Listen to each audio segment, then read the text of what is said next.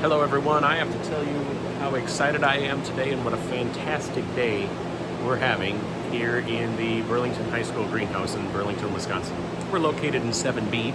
It is the 15th of March and we are scheduled to get a wallop of a storm. Although the weather predictions have been switching back and forth in the past couple of days, everything from we're supposed to get 13 inches of snow to a half an inch of ice, and now the prediction is sometime this afternoon into tomorrow morning we're scheduled to get maybe 1 to 3 inches of snow, maybe freezing rain.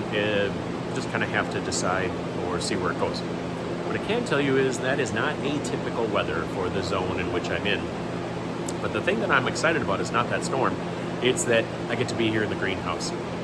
37 degrees outside today and 65-ish in here, and I get to come in and play around with some plants that my students planted up a little over 2 weeks ago.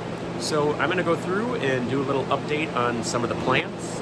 Before, when I did a video, it was before our plugs arrived, and we have probably what I would estimate are too many plants in here, but we have our sale coming up on May 2nd and looking forward to showing that to our community and having them come and support the kids.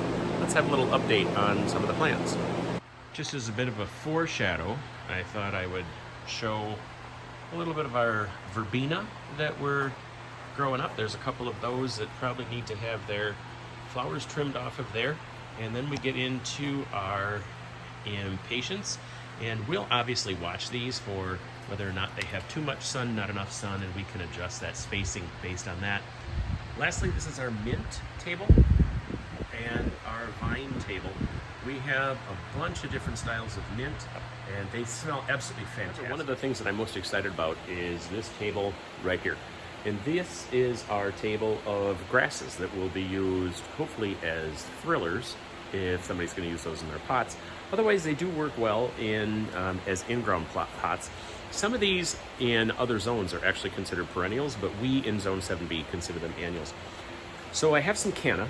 And the canna that we have are the Canova Orange, and these will get huge. They are scheduled to get between 30 and 48 inches tall. Now, I have them in these small nursery pots, and I know that they're probably going to become somewhat root tight by the time we have our sale, and I'm not opposed to that because we're due to spatial limitations in this greenhouse. I want to keep them a little bit on the smaller side. More exciting though to me is the fact that we have this tutgrass. This is Cleopatra, the cyperus, and so I have different things in here because they actually like to be wet as opposed to the lantana that like to be dried out in between. I keep different signs so that we as faculty, when we come through here, can send messages to the students. Now our students are trained to water these plants based on weight and not time.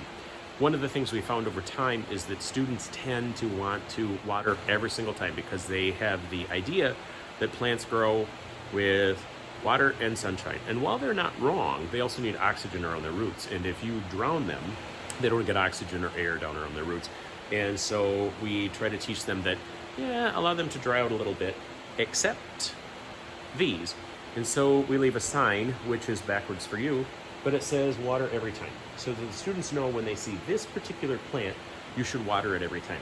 Additionally, we have color-coded signs in different things to let students know which of the water-soluble fertilizers they should be using on the particular plants. It's just a great way to communicate with the students. Many of our hanging baskets and patio pots are on an automatic waterer, and so our greenhouse student manager or I will adjust that depending on whether the pots feel heavy or light.